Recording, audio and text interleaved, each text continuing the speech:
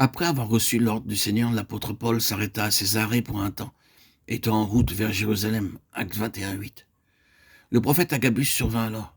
Il prit la ceinture de Paul, se lia les pieds et les mains et dit « Voici ce que déclare le Saint-Esprit. L'homme à qui appartient cette ceinture, les Juifs le lieront de la même manière à Jérusalem et le livreront entre les mains des païens. » Acte 21:11. Lorsque les amis de Paul entendirent ces paroles, ils se mirent à pleurer. Ils étaient nés de nouveau. C'étaient de braves gens et des amis intimes de Paul. Mais quand ils entendirent la façon dont Paul allait être traité, ils se mirent à pleurer et le prièrent de ne pas partir. Paul répondit « Que faites-vous en pleurant et en me brisant le cœur? Je suis prêt non seulement à être lié, mais encore à mourir à Jérusalem pour le nom du Seigneur Jésus. » Acte 21:13. Paul avait clairement entendu l'ordre de Dieu et il était certain de sa volonté. Aussi, quand ses amis le supplièrent avec larmes et essayèrent de l'empêcher de partir, il demeura ferme. Beaucoup d'entre nous ne sont pas aussi forts. Nous autorisons les larmes des autres à nous empêcher de faire la volonté de Dieu. Dites-moi honnêtement et en toute vérité, n'avez-vous pas désobéi à Dieu en certaines occasions quand vos proches se sont mis à pleurer en apprenant que vous vouliez obéir à Dieu? C'est la raison pour laquelle nombreux sont ceux qui n'ont pas donné suite à l'appel de Dieu pour le service. De même, beaucoup ont refusé d'aller quand Dieu leur demandait de se rendre quelque part.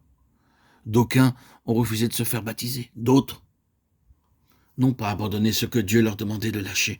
Ce sont les larmes des êtres bien-aimés qui ont été la cause de la désobéissance. Et le Seigneur a été contraint de vous parler, de vous réprimander. Quel que soit le degré d'amour que vous témoigne telle personne et que vous lui rendez en retour, vous ne pouvez pas aimer quelqu'un davantage que Dieu. La parole de Dieu dit « Celui qui aime son père ou sa mère plus que moi n'est pas digne de moi. Et celui qui aime son fils ou sa fille plus que moi n'est pas digne de moi. » Matthieu 10:37. Abraham allait faire une erreur en relation avec Agar et Ishmaël, mais Dieu lui parla. Il obéit et les renvoya. Après cette épreuve, il put en passer une autre très sérieuse. Après ces choses, Dieu mit Abraham à l'épreuve et lui dit « Abraham ». Et il répondit « Me voici ». Dieu dit « Prends ton fils, ton unique, celui que tu aimes, Isaac. Va-t'en au pays de Moria, et là offre-le en holocauste sur l'une des montagnes que je te dirai. » Genèse 21, 22, 1-2.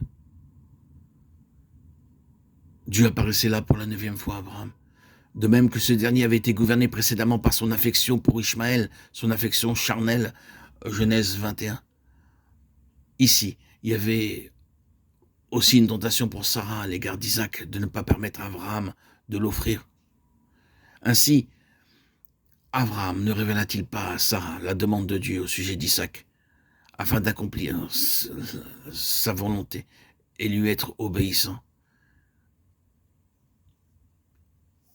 Il partit très tôt le matin pour accomplir sa mission. Ainsi en est-il pour nous autres enfants de Dieu. Lorsque nous avons une mission à accomplir, nous devons nous empresser de le faire, sans